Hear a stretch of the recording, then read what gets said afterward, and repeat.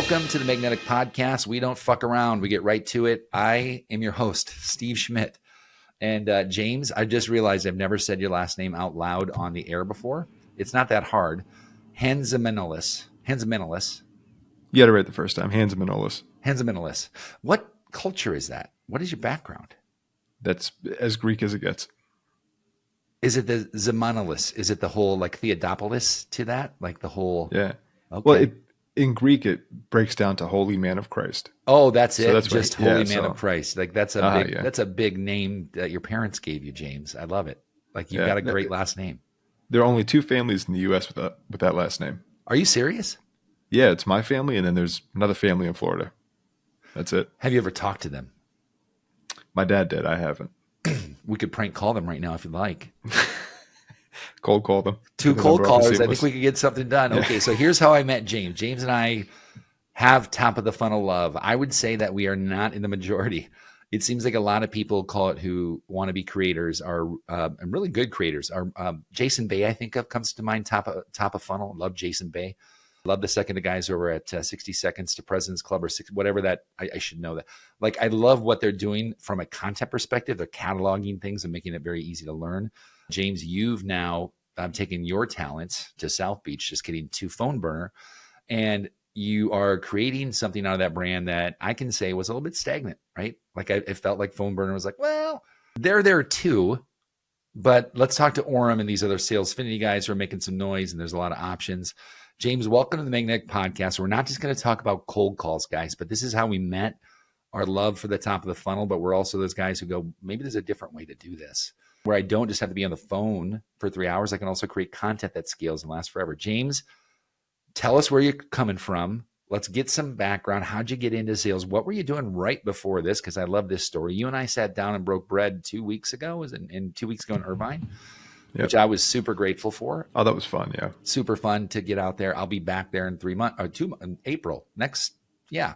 So we're going to do it again. It's fun. My partner works out there, so I got a good excuse to sit down. But break it down for everybody listening here. Why are they going to listen to the next 36 minutes?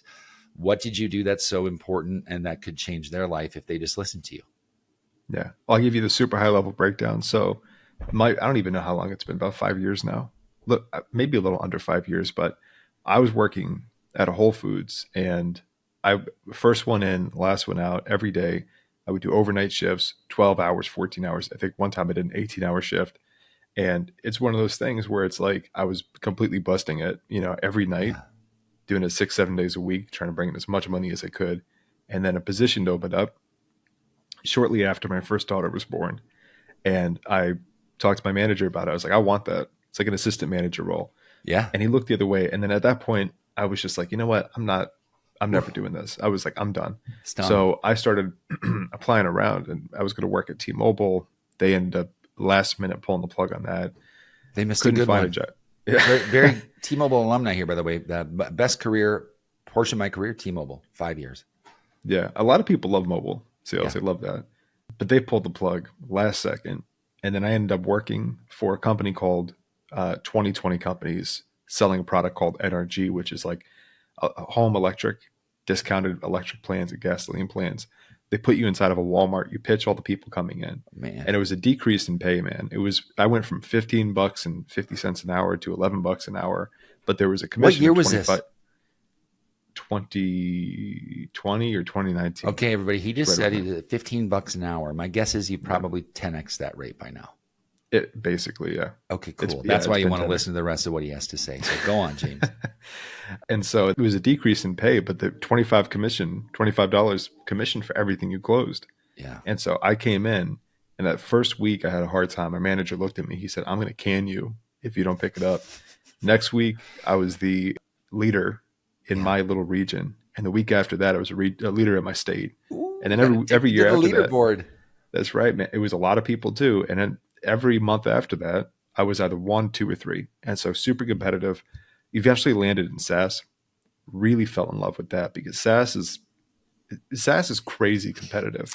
It's like the retail experience of sales almost, right? If you think about the assembly line to SaaS, you know where everything sits and where it's there. There's a lot of logic there, right?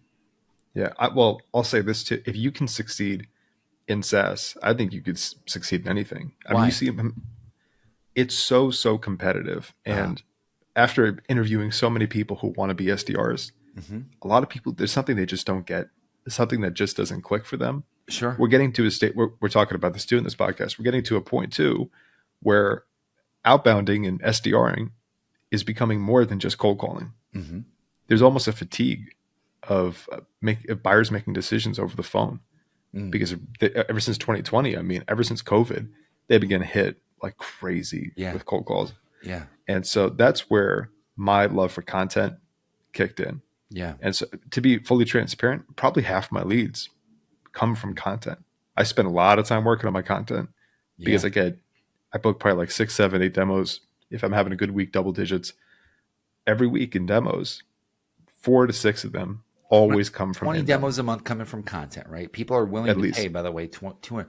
On the lead gen market, they would say, depending on the value of your product, which I know yours, that's $150 to $550 appointment, the value of that meeting. And that's the SaaS metric, by the way, that I carried from outreach. We got so good at it when I worked there in 2017. We knew the cost of a meeting. Not oh, it's $500 because that's what Steve's dream pay is. Nope. What was the sales engineer's time? What was the pre-planning time? What was all the time, right? And so if we took that meeting and showed up and we fucked around, Matt Millen was like, that was a $4,000 fuck around. I hope you had fun. And then Yeah. this is 2017. They implemented Chorus. We said, what the fuck is this? Hmm. The FBI has arrived. And like Yeah. literally half the reps quit because they were like, you're listening to our calls. And I remember feeling like, are you kidding me?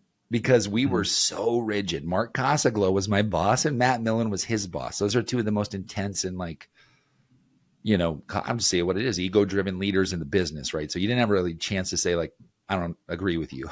So Hmm. every AE made 160 cold calls a day. Every SDR made 200, right? And this was Hmm. back when sales automation platforms were brand new. We were killing it. It was us versus SalesLoft. I left T-Mobile with Yeah. 16,800 shares of stock that I got for free. That went from $9 to $142. And I left it on the table Wow. to go take a bet on outreach. Matt Millen went there. I followed him over there.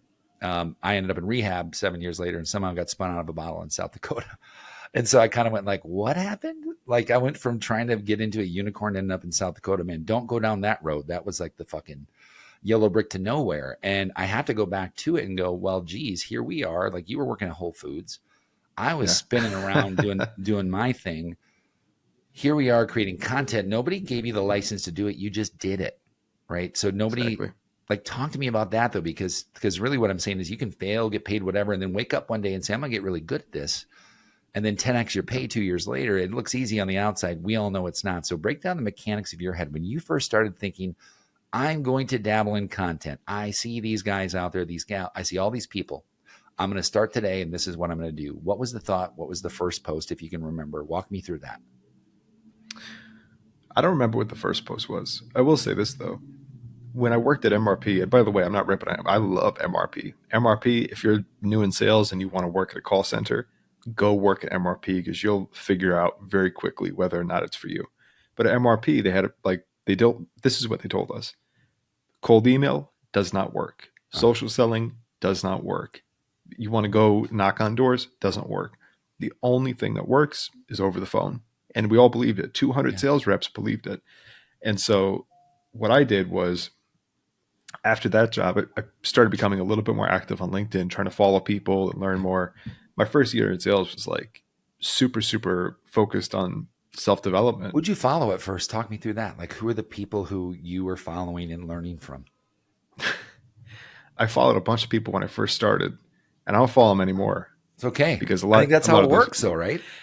Well, you realize like, okay, these people are just full of shit, Yeah, yeah. and then you're like, okay, The this, snake oil is you know, thick, right? it's so many people saying, oh, increase your reply rate by 70%, increase your, whatever. They have their frameworks. A Yeah, lot of those people just kick them out and find better people. The yeah, people who I really learned a lot from when I first started, I studied a lot of people who worked in creative services, yeah. specifically like sales and stuff. That's your jam, though, Um, too. I'm gonna stop there. You're a very creative yeah, person. Like you can edit videos, you can design graphics. So this is like not on accident, right? You're thinking, yeah. I can do this. Well, at the time I couldn't. At the time I didn't Okay. understand anything about design. Then I stumbled across Christo, and everything he was teaching was I the like opposite. Christo. I love Christo. Everything he was teaching was the opposite of what all the SaaS guys were saying. And I was like, huh, it's like, this is interesting. And I kept listening more and more, started reading some books, found out about Blair Enns and Marty Newmeyer, all these guys. And they Gee. had such a different approach, man. And I was like, you know what? Let me start applying this to SaaS. It worked so well in SaaS, right? Then I started learning design. I started putting out content.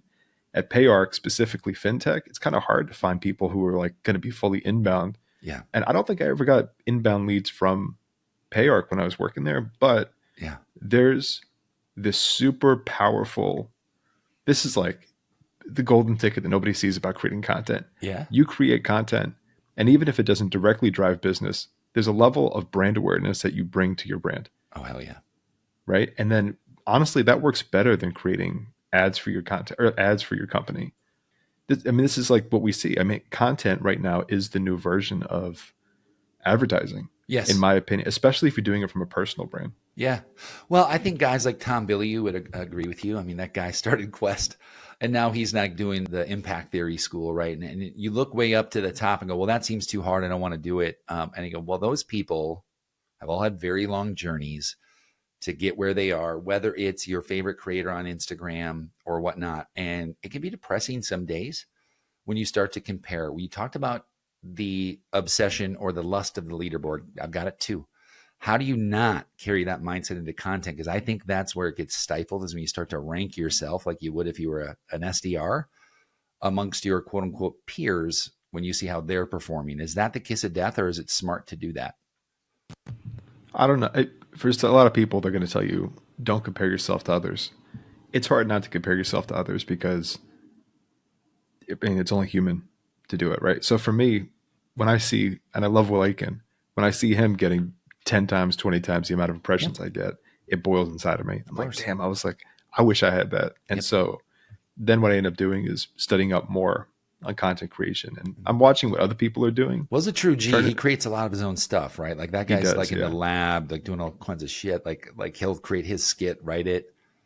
No, he's like a true content OG Yeah, in SaaS. Like, yeah, top I five mean, for sure. oh, for sure. It's like you don't get many people like that.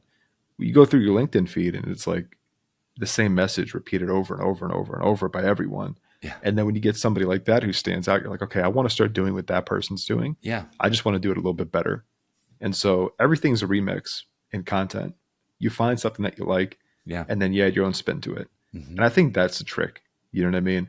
yeah. The other thing that's hard is like, It's like music I though, don't know man. if, Like what's that? nothing's really original music either. It's just I Exactly. can Yeah, take a beat and borrow it, and then I've got a hit song.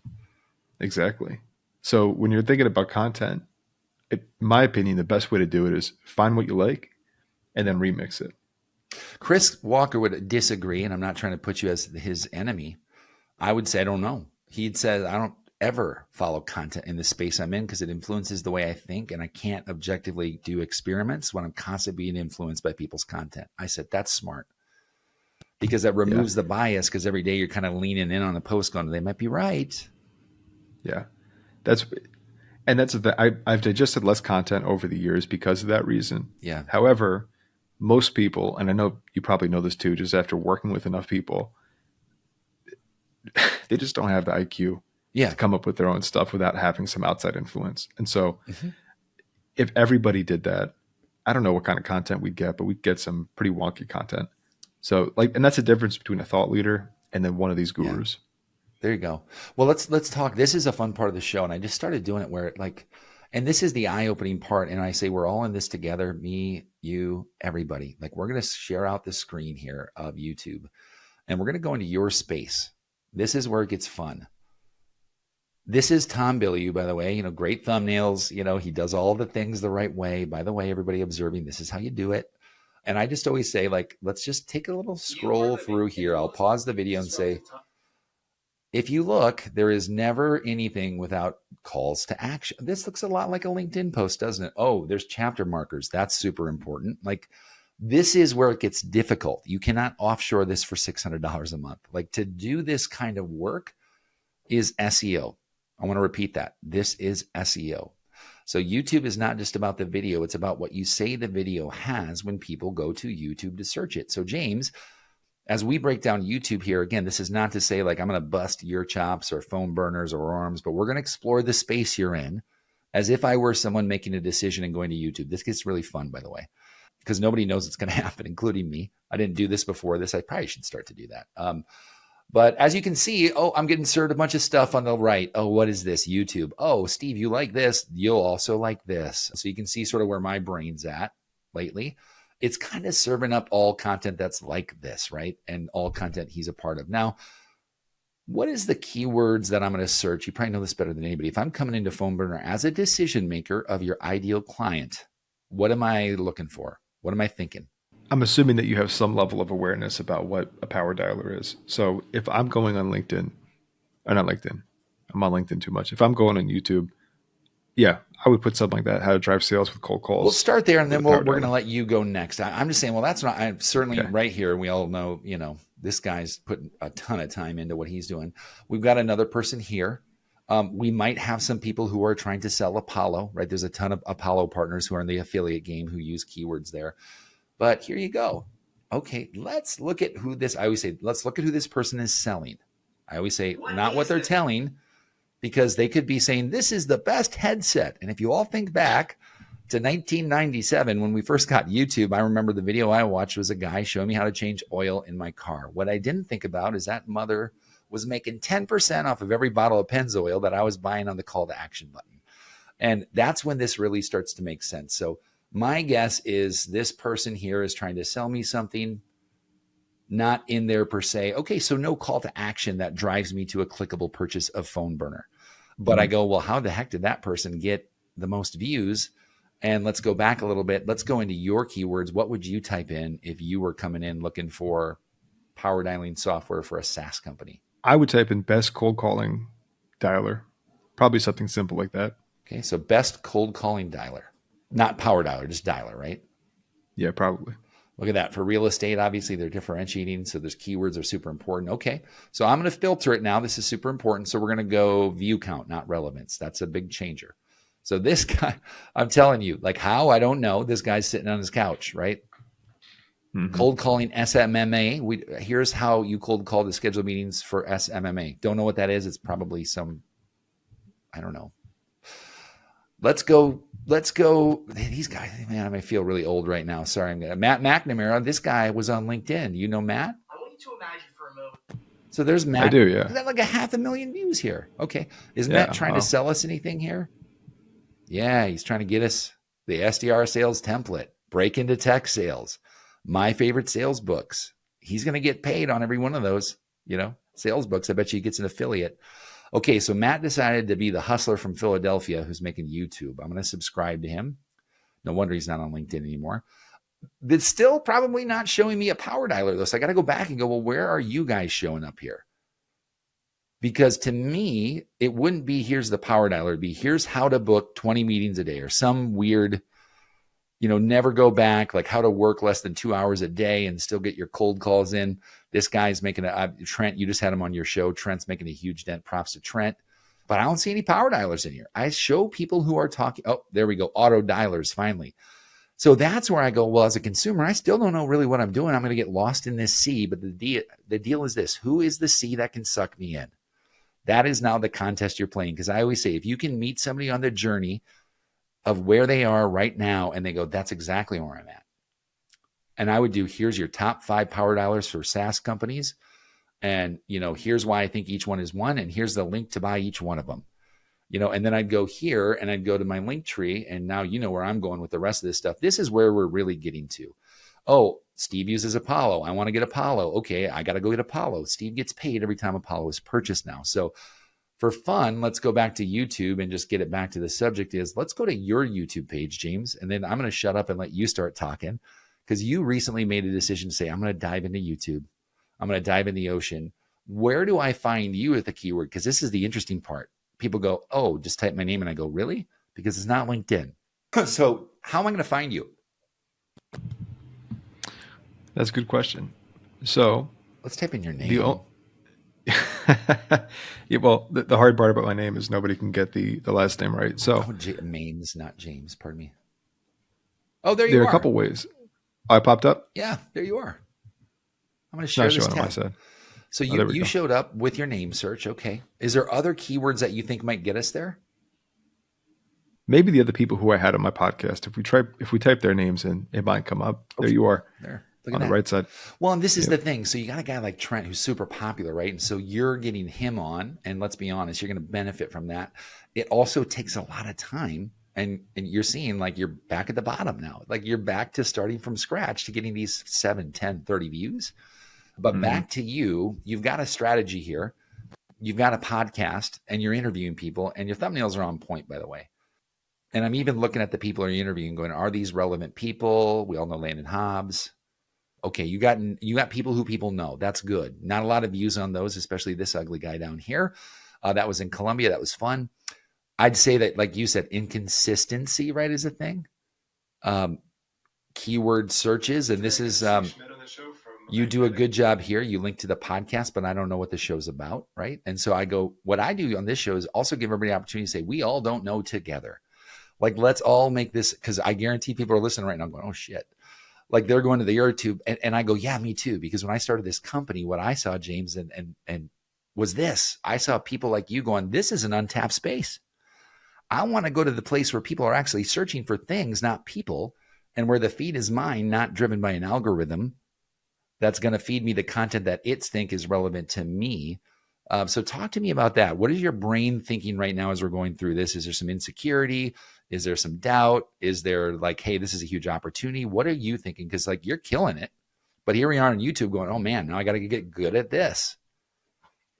With honestly, maybe this is way out in left field. I feel like LinkedIn is probably the easiest platform to grow on. Yeah, I agree. LinkedIn's pretty easy. YouTube, I admit it. I mean, as you can, I got 19 people. I have no idea what I'm doing at all. So whenever I go to post something on YouTube, there are a couple things. Like just looking at this, there's an inconsistency in the way that I stylize my template or my thumbnails. Yeah. Right. That's a problem. They're good thumbnails though. They're good. Yeah, but they need to be consistent, right? Which some of them kind of are. The first two there More are like pretty this. consistent. Yeah, more like that. Something more like that. So where Only it's structured and better clean looking. and sorts of, yeah, like gets you out of the black and white a little bit, but like gets you into like, I know what I'm getting into here. And the keywords. Yeah, something tell me like that. Yeah. Okay. Less Back corporate, but Back yeah. to you. Yeah, I know. I was just doing a little free advertising there. That's all. Hey, that's what they wanted, James. That's what they wanted. They sell negotiation training. Yeah, right. Okay, we'll get into that later. Back to you. But as far as YouTube goes, YouTube is just not my strong suit at all. Are you feeling like it should be? I'm feeling like it should be. I'm feeling like anywhere where there's a deficit of content in your space is where you should be. And so all of our SaaS people are on LinkedIn because that's where the audience is. There's a lot of people who are on Reddit. There are a lot of people who are on YouTube. There are a lot of people. I don't know about TikTok. I don't use TikTok. Not really. Instagram. TikTok in our space. You know what's crazy? I've gotten a lot of traction from Instagram. I don't have any follow. I got like 100 followers on Instagram. I get a lot of traction. I booked 4 or 5 meetings over there, and I post maybe like twice a week, casual stuff. Let's talk about that. Why do you think that is? Is it because the space is open and nobody's there?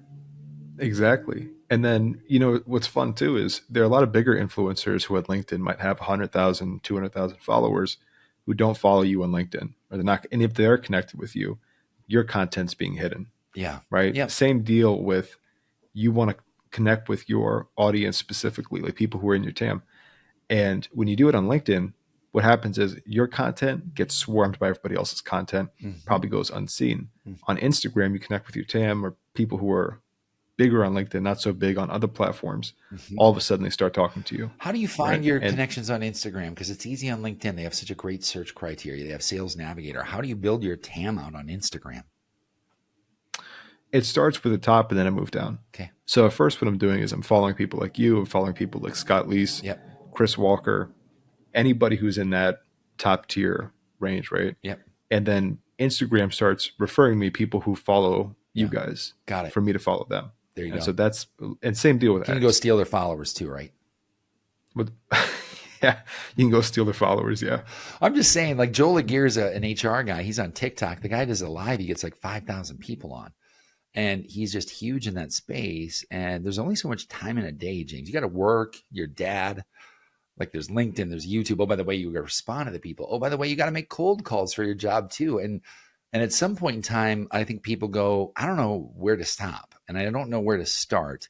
Have you tried a platform and given it the test and gone, not for me? I'll use an example. I've tried TikTok twice now, and so I've almost got 1,000 followers, so I won't stop.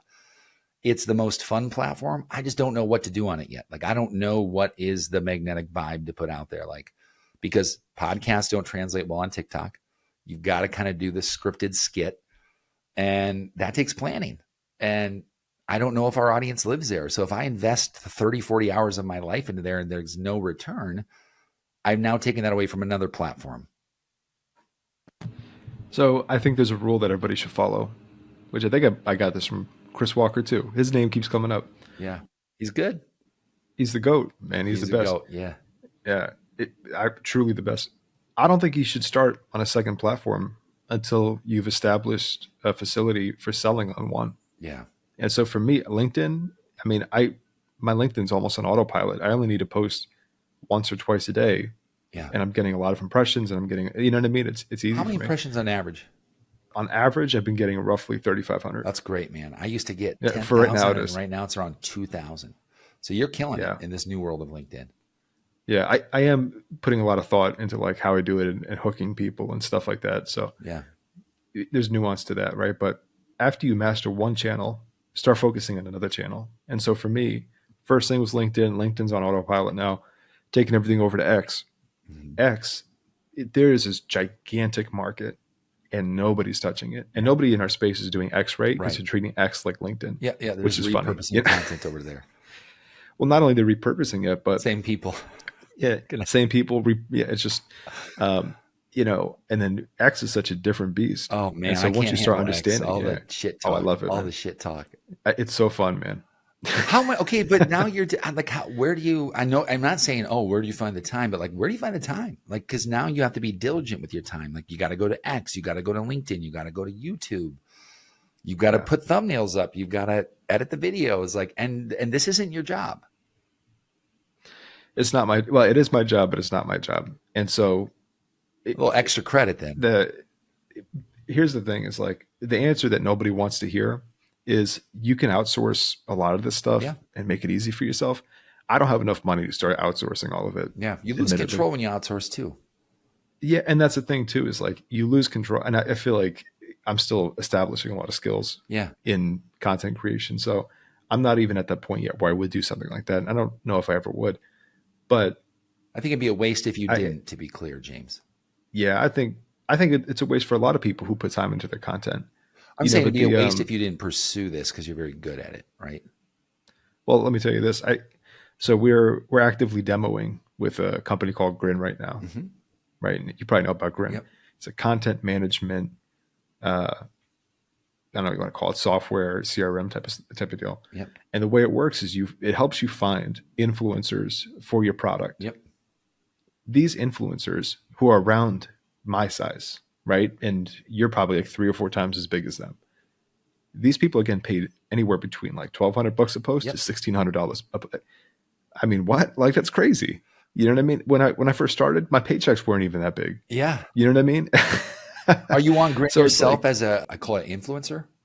No, I'm not. I just found out about like how they actually work a couple weeks ago. Yeah. But it's crazy to me how, you know, people wonder like, how do you have the time for this? Yeah. And hard truth is like, I'm stretched super, super thin, like super thin. Like somebody could cut me in half like a piece of paper, but that's how thin I am right now. I'm like Saturday, Sunday, all week long, early in the morning. I'm dealing with the kids all day, dealing with the screaming, you know, but you find the time for it and it pays off. I actually just got paid my first brand sponsorship this morning, which I was stoked about. Ooh. Yeah. And who's it with? And, RepVue. RepVue. RepVue. That's killer, man. That's awesome. Oh, it's awesome. Yeah. I was so stoked about it. Congratulations. Well, you know, what's fun too, is I think more of them will happen, but there's a snowballing effect with content. Yep. Last year, I just got really into it and it started snowballing and snowballing. Now I wake up and I have plus 50 followers or plus 75 followers sometimes. Yeah. I'll wake up and my post from a week ago will blow up. Yeah. And so there is that compounding effect. Yeah. And then all of a sudden people start buying your stuff. Yeah. I put up a book 2 months ago, Savage Outbound. It's already got 35 purchases and I've Boom. made $350 off of it. Yeah. Started doing consulting, made another $300. You know what I Yeah. mean? Yeah. And so Yeah. that doesn't happen without content. If Yeah. nobody knows about you, there's no point. They say a cold call it ceases to exist as soon as you hang up the phone. Nobody can search for it, right? And so I say, to me, as someone who practiced getting really good at cold calls, and I think I'm one of the best in the world, and I say that with zero, like, bring it, because I put that much time in. And people always go, well, you sound so scripted. I'm like, well, if you've made over 1.5 million of these things too, like it's not easy for me at first either. Like, I have to get in the driver's seat and put my foot on the pedal and crash in the wall a few times. But like, I didn't get bored with it. I just didn't see it working on its own as well, because if I can't get a hold of you, I have zero influence of you, and it pissed me off.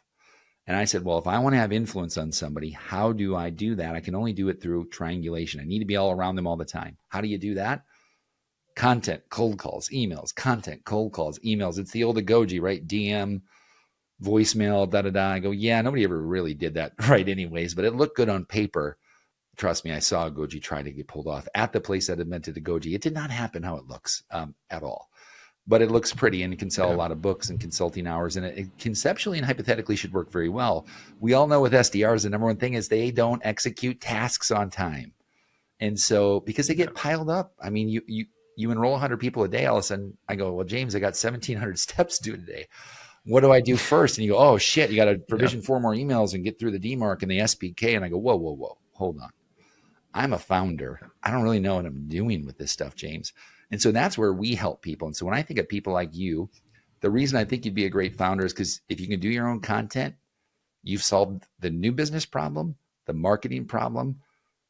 The product, though, is you. You don't have a product yet. So you're either stuck making your own product, i.e. you turn into an agency or a services consultant. Very stressful, because now you're doing other people's work and they're counting they're really micromanaging you. And suddenly you go, wait a second, this isn't this fun. Being an influencer kind of sucks. Like, people actually come and expect you to do work. But then there's the Chris Walkers who, could pretty much, I mean, I just hired Chris as a mentor to help kind of bridge into the new magnetic. And so I get to meet with Chris and talk about how fucked up I am at finance and how I'm thinking about things. And he's going, no, I don't talk about I only talk about finance right now.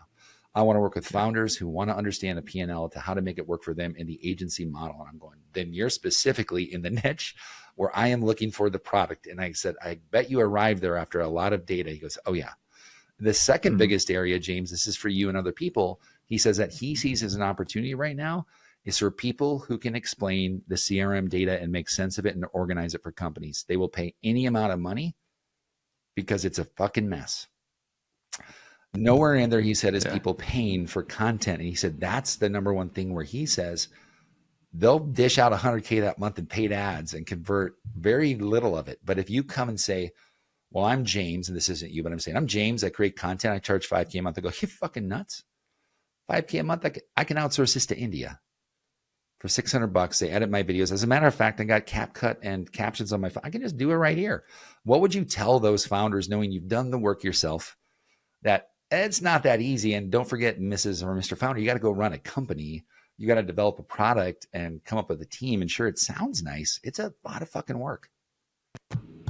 So you're asking, how would I so if I become a founder, how do I sell that product to people who just don't get it? Yeah. Or you're a founder and you create content. So you've got what I call the cheat code.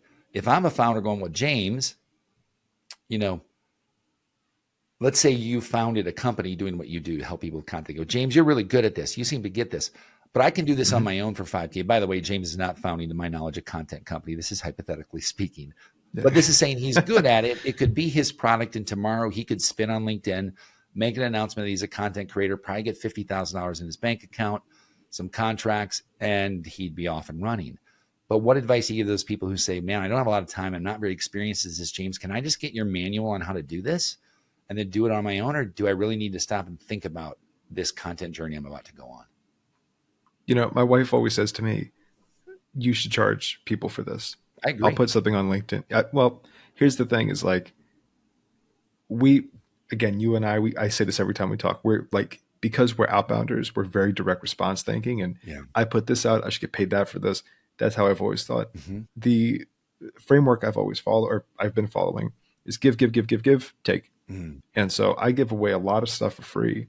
And then on my fifth or sixth or seventh ask or seventh post, I take. And that's how I get paid. Okay. The thing that I would do if I'm starting something and I'm trying to sell it and people say, oh, I could just offshore this for 5,000, instead of paying the 5,000, do it. Yeah. Do it. And then when it doesn't work, you're going to be coming back to me saying, Yeah. well, why didn't it work? AI It's driven because you have to content. pay money. Yeah. It's my entire feed right now. Well, it's not my entire feed. It's half my feed is AI written content. And at this point, I'm getting to the point where it's like, if you want to start your own thing, consulting specifically, people say, and I don't know if it's worth paying $75 for 45 minutes. Mm-hmm. Then don't. Yeah. Ask me your questions over LinkedIn. I'll send you a couple of answers or whatever. Yeah. And then you follow it. And then you end up saying, okay, well, I need more help. Yeah. Eventually they come to you. And this is another part of content. You repeat, you keep putting content out. And those people will naturally come to you when they fail. They do, or they go away. Which is okay. I've noticed there's another thing that Chris Walker said, referencing the GOAT again, that's actually refreshing. It used to scare me a little bit, right? Because when I was in the lead gen space, James, I could make a post and because I was talking about a very understood topic, it got a lot of traction, right? I'd get 20, 30,000 views a day a lot of times. And I'd be like, holy shit. Like we were getting 2 or 3 leads a day. We were like closing 4 deals a month with our eyes closed. And that's great. You gotta that's great. I say, but okay, now you got to go take care of the customers and make sure they're okay, right? Because LinkedIn also has this ability to sort of people will follow you, and when they've learned enough, they move on. And they go, James, I'm cool. And you're like, where did that person go? It's not that they don't like you. It's that they either outgrew you or they just said, I've seen it. I like it. Maybe once a year you get a thumbs up from me. I think that's something though that people should expect is your audience will rotate. They will come and go. People will show up and want to be your best friend and move into your basement sometimes or whatever. And then, you kind of avoid those people. It's a lot like high school though, too, where you got to kind of like, here's the popular people right now. Do you hang around the popular people or do you do counterculture and say, no, I'm actually the kid in the corner wearing a flannel listening to Pearl Jam? I think it's very interesting how you look at it. When I take a little bit of a gamble on you and I say, where are you in a year or two from now? I'd say, well, hopefully at Phone Burner for their sake, and content will have blown Phone Burner up to be a recognizable power dialer. I think the best thing for someone like you is to do these boring things called explainer series where and I've seen Trent do this. Here's 5 things to be effective at cold calling. And they break it down and they go, number 1, right? And then the next micro video, which is in a playlist goes, and the second thing, use a power dialer. Things like where I work, Phone Burner, that's my hat. Right. And then like they get the nod and they go, number 2, there's things like Orem, there's things like other options. I think Phone Burner is, so you kind of position yourself as number 2, not number 1. In the end, you're like, now to learn more about how to use Phone Burner, click, and they have to say subscribe like 4 times. Hey, my name's Steve Schmidt. Don't forget, hit subscribe on this channel, because now I think the power of where you're looking at YouTube is, and where I encourage you to double click and triple click on that is, you have people who can very easily come to you through calls to action. Your book, whatever you choose to put out, the posts you write, James, are all becoming your next book and your next book. And if I were you, I'd challenge you to start your weeks with a newsletter on Sunday or Monday or whatever your day is, and then peel your posts out from there. Say, okay, I'm going to have 1 poll a week. I'm going to post about it in my newsletter. I'm going to talk about my reaction to that poll that I posted next week. Number 2 is a section from my podcast. Number 3 is my actionable advice. 4 is current view of the SaaS landscape and the economy and how it's impacting jobs. And 5, here's the top 3 job postings with Brett View this week, and now you've got something where everybody's getting this to their inbox, not their algorithm. Last week, I had 892 impressions Sunday, 2 days ago on my newsletter on LinkedIn, but I had 1,900 people who read it through email. And the number 1 person who reacted, it was a former head of NASA. No clue who that guy is. Put a heart on it, made my day. Right. And so I say there, because you're starting with a pillar topic, you can always peel everything down to 5 things. You've got your video for your 2 videos for LinkedIn. Now you've got your YouTube stuff. That's your YouTube stuff. And you're constantly building your audience and your newsletters and your followers. And that's where I go, man, if I could give any advice to a guy like you, I'm learning too, is simplify systems. that are Yeah. repeatable so you can now expand and grow how I know you're going to grow, James. What are your thoughts on systems as we get to some actionable advice here and closing up here? Talk to me about systems. How do you use them? You seem to me, if I had to guess, like a guy who's going to use systems and spreadsheets and automation and Zapier and all that kind of stuff. For anything RevOps related, I'm 100% just absolutely systemized, completely system. I think I'm the most systemized person I know. Okay. When it comes to anything outside of software, specifically content creation, nothing is systemized at all. There's one system that I follow, which is, and I'm realizing this, which is basically a summary of what you just said too. At the very beginning of your content journey, you have to be super niche Yeah. because you're trying to create some level of foundation. And as you grow, you have to generalize and generalize and generalize. So that way you could expand your audience. Yep. But for me, whenever I want to post something, I'll post it. And so for me, a lot of the stuff that goes on in my brain when I'm in the shower or Yeah. sitting on the, bot, I'm thinking about, well, how can I use Zapier for this? Mm-hmm. Or, oh, how did I use ChatGPT over the weekend to enrich this data? Uh-huh. Or how can I talk about this specific way to overcome objections? And then I'll post it. And so I found that I've tried systems before, but the problem with it is it never feels organic. Even these posts from RepView, I'm like, man, what do I want to talk about? They'll give me 3 different topics to talk about. Which one do I want to talk about? And I'll just sit in it and sit in it and sit in it. And then eventually something organic comes up. Mm-hmm. I'm like, that's what I want to talk about. Mm. And so for me, nothing is ever non-organic or systemized. Everything is just off the dome. I love that because that's how I want to write, right? That's how I want to write. I've had a writer for Yeah. 3 of the last 4 years. Our lead writer now, Conrad Zolman, by the way, I think he's going to be one of the best writers in SaaS. I found him as an intern a year and a half ago. His rate tripled. He's our lead of content now, and the guy's just really, really good. And that's all he wants to do. He doesn't like to talk to people, but he writes really, really good because he gets inside the voice of people and says things they didn't even know about themselves. And I've always preferred to have someone else write for me. But you have to be careful. The first writer, Mackenzie Hazen, she was legendary. She made me sound a little bit like an asshole. Right. And so I'd always be like, why does everybody think I'm an asshole? I'd be like, oh, because I sound like one in my posts. And so I was kind of like, okay, cool. But I can see why people thought that now. And I don't want to be known for being nice or mean or whatever. I want to be known as informative. Someone who's giving you information that otherwise you couldn't find. That's my goal. And it's hard because my specific niche is not a sexy one because people think, oh, founders. Well, founders don't have any money. Founders all want everything for cheap. And I'm really going for like early stage founders. Yeah. And everybody's like, well, you should rethink your TAM. And I'm like, nope, that's my niche. And they're like, well, people come and go. You're like, yeah, I know, I'm crazy. If you had to think of the thing you could do right now, and I said, hey, Phone Burner just got sold today. Great company. Man, they got a 10x multiplier. You got a nice minivan out of the deal. What next? What would you say? I don't really believe in general consulting. A lot of salespeople are general sales consultants. I don't believe in that, so I wouldn't do anything like that. In general, I'm not big on consulting in general. The people who have reached out to me for it reached out, they reached out to me Yeah. completely, and then I was like, sure, I'll put a dollar amount to Yeah. it. I would encourage everyone who is starting as an SDR to look at SDRing as your second power. You need something else. Yeah. And so for me, I'm a technical person, software engineering. I don't have like a lot of software engineering experience, but I have enough Yeah. that can help me build products. Understand marketing, Yes. understand revenue and mathematics.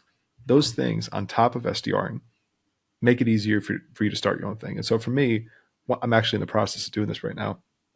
I'm building my first app called Handle, and I'm building it from scratch. Wow. And I'm excited about this. This is launching hopefully in Q2. It's taken longer than I'm anticipating, so we'll see. But when this comes out, I'm still going to be working at Phone Burner. It's going to be pretty cheap. Yeah. But it's just something I wanted to build, and so I'm building it right now. Well, you're building equity in the brand too, right? You're giving your creative presence, which will be a video that you make today will still be available to view next year and probably be twice as popular. And then in 3 years, it can get built up more. It builds over time. It's a compounding interest, James, where I'd say, great, you could be a great cold caller today, but Phone Burner closes and you're like, where do I go make cold calls next? Everything you just did goes out the door. Exactly. And that's why it's so important to pick up on something else. If you want to start your own business, I'm not going to call anybody out, but there are a lot of people who are fractional sales leaders And really, they're just people who got canned, can't find another job, and so they want to work freelance Yeah. around and give people advice that they're not warranted to even give. Pick up a real trade, Yeah. right? Like you explained to me what you're doing with magnetic, and I left and I was rubbing my chin in the car saying, damn, I was like, that's complex. It, I was like that. it's nuts. And it Yeah, it's crazy. And it's like, we need more of that. Yeah. We need less of, I am a sales consultant, and we need more of, I built this, or I have this specific way for you to generate leads Yeah. Can I through tell you why though? Instagram reels. Far away. I'm building something with equity, building something that can change the world of sales. And I know to do that, it has to be something that most people aren't going to agree with right away because otherwise it wouldn't change anything. And a lot of people are going to go, that guy's kind of crazy if he thinks he can do that. But I also, like, I don't know about you, but my brain has to think about the next layer of it. And I constantly get told that, oh, Steve, you need to simplify it. And I'm like, I don't like that. But yes, you're right. Really magnetic is, how do you make magnetic content? If I could simplify it, and if anything, we'd just be a consultant and the strategist, but I don't have a product then. I have no IP. I plan to release it sometime, a product called Magnetic Mail. Magnetic Mail, when it comes out, will be content thrown out on email. But it also will have all the things that you can do where a CEO could come in, sign up, and then they have a magnetic managed mail where our team is responding on their behalf. We will never comment on their behalf. I don't believe in it. We will write on their behalf. We are not going to act like them with other people. I think that's when you start to be a paid actor. And that's when it gets to be really bullshitty to me. And so I just think that you need to have systems in place so someone can come in and say, cool, let's scale those systems now. Let's scale that. And I want to take 3 to 5 years to build it. I don't care about the money as much as the everlasting effect of it. The money will work out just fine because when it hasn't worked out, life's still been good. And I'm going to move to Ojai, north of you, sit on my porch, do yoga, grow a beard, and like read, books, and let that piece of software then go continue to change that space instead of continuing to show up every day, go to an SKO, write a book. It's like, fuck that, man. Nobody reads the books anyways. I read the books like that you write because it's usually a collection on a specific topic. But I'm not going to go read a 300-page book that an influencer wrote. I don't give a shit. I don't even read the books by authors who are the people I should read. I'll read about you on LinkedIn. Now, that's not an insult to that, but what I'm saying is like, you can do anything with content. You could turn around, James, tomorrow and open a mattress company. You could open a funeral home. You could open a landscaping service. Why? Because you know how to go get the TAM. You know how to get business. You know how to spin up content, and you know how to work the phones. So that's when you're the most dangerous to me, is what you described as the well-rounded SDR developing into the future. Call it business owner. Create multiple streams of income, sure. Because then you won't get so sick of the first job, by the way, that you feel like you just make cold calls. It's kind of like, I make cold calls to pay the checks and learn about human psychology. What are your thoughts on the way out when we talk about cold calls? I mean, this is, forget I've asked a question because it's painful for me to even say. Are cold calls going to go the way of the typewriter with AI? Are cold calls here to stay? I'm going to give an answer that's like a cop out Good. answer. Maybe it's not. I don't know. But I'll give you my honest answer. And so I got a hard stop, so I got to Yep, wrap up let's soon. wrap. But here's my most honest answer I can give. Cold calling is going to die for most people. And the reason is because it was never really suitable for most people. I have interviewed so many people for SDR jobs, and it is so clear to me that people just don't get it. Mm-hmm. And some people, over half of them, are untrainable. When I worked at MRP, people would come and go because it was a big enterprise space. The people who stayed weren't the ones who were being mentored. They weren't the ones with the best manager. It didn't matter. The people who stayed were the people who really wanted to work hard. And that just doesn't happen very often. 80% of that company's revenue was brought in by the top 20% of performers. Yep. That was me and the team I was on. Everybody else in the company would book 1 or 2 or 3, at most 7 meetings a month. And me and this team were putting up 40 to 50 demos a piece per month. Yeah. That's how aggressive you have to be to make it work. Yeah. Most people can't make it work. Yep. So for most people, you need to get a grip, learn how to cold call the right way, figure it out without any support. If you can't figure it out on your own, then you're not going to figure it out with help, in my opinion. Yeah. Yeah. And I'll also end with this note too. There's 3 different things that I recommend all SDRs to do. This is a framework that I follow. I call it CLL. So you start with compounding activities, move to lagging activities, move to live activities. Wake up early in the morning if you work remote, especially if you have kids and a wife, Yeah. or if you've got pets or whatever, and you put out a piece of content specifically for your TAM.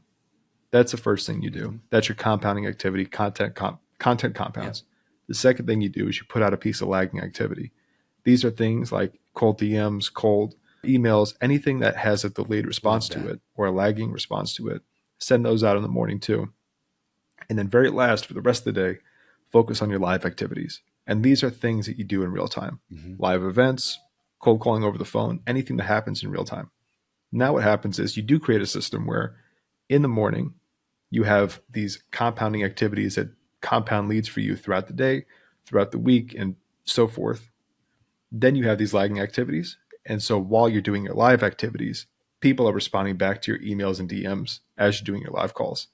That if you have no idea how to start in sales development, start by that, Yeah. because you will create a lot of demos doing Well, that. then of course I'm going to go, well, how, and tell me what to do next. I love that foundation. Where can they find you when they want to DM you and say, hey, tell me more about this CLL method that you start your day with? You can find me on LinkedIn, and then I have a WhatsApp group, which I believe is posted to the top of my Cool. LinkedIn. And so I'm terrible at responding to Yeah, DMs, you are. You take like a admittedly. day. I usually don't respond at all. Like, just full transparent. So if you want to get a hold of me, Yeah. best place is my WhatsApp group. I'll put that in the top. Beautiful. James, hey, thanks. This was fun chat and shop. This is just what we do on the Magnetic Podcast, brother. Everybody, go find James, follow him. He's become someone who I consider a friend. And I'm going to call this that James and I in 12 months will have worked on something together, and maybe we'll deliver a training course because, James, I'd love to work with you, man. You're a true G. I learned everything from you, I man. learned it from you now, so it's cyclical. Thank All you, right. man. Peace out, everybody.